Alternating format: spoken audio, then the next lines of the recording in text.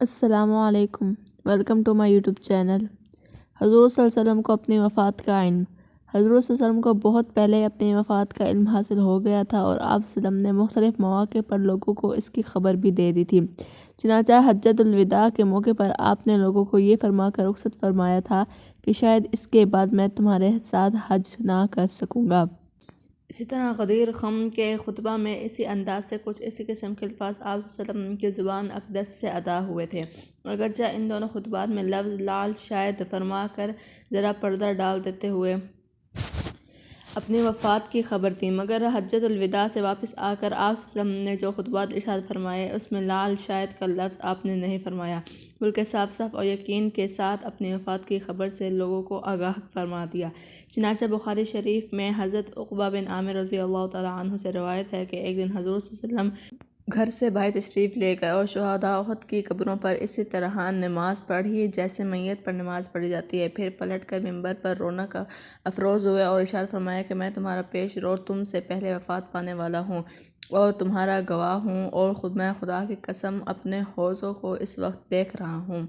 اس حدیث میں انی فرط لکم فرمایا، یعنی میں اب تم لوگوں سے پہلے ہی وفات پا کر جا رہا ہوں تاکہ وہاں جا کر تم لوگوں کے لیے حوض کوثر وغیرہ کا انتظام کروں۔ یہ قصہ مرض وفات شروع ہونے سے پہلے کا ہے، لیکن اس قصے کو بیان فرمانے کے وقت آپ صلی اللہ علیہ وسلم کو اس کا یقینی علم ہو چکا تھا کہ میں کب اور کس وقت دنیا سے جانے والا ہوں، اور مرض وفات شروع ہونے کے بعد تو اپنی صاحبزادی حضرت بی بی فاطمہ رضی اللہ تعالیٰ عنہا کو صاف صاف لفظوں میں بغیر شاید کا لفظ فرماتے ہوئے اپنی وفات کی خبر دے دی۔ چنانچہ بخاری شریف کی روایت ہے کہ اپنے مرض وفات میں آپ صلی اللہ علیہ وسلم نے حضرت فاطمہ رضی اللہ تعالیٰ عنہا کو بلایا اور چپکے ان سے کچھ فرمایا تو وہ رو پڑی، پھر بلایا اور چپکے کچھ فرمایا تو وہ ہنس پڑی۔ جب ازواج مطہرات رضی اللہ تعالیٰ عنہن نے اس کے بارے میں حضرت بی بی فاطمہ رضی اللہ تعالیٰ عنہا سے دریافت کیا تو انہوں نے کہا کہ حضور صلی اللہ علیہ وسلم نے آہستہ آہستہ مجھ سے یہ فرمایا کہ میں اسی بیماری میں وفات پا جاؤں گا، تو میں رو پڑی۔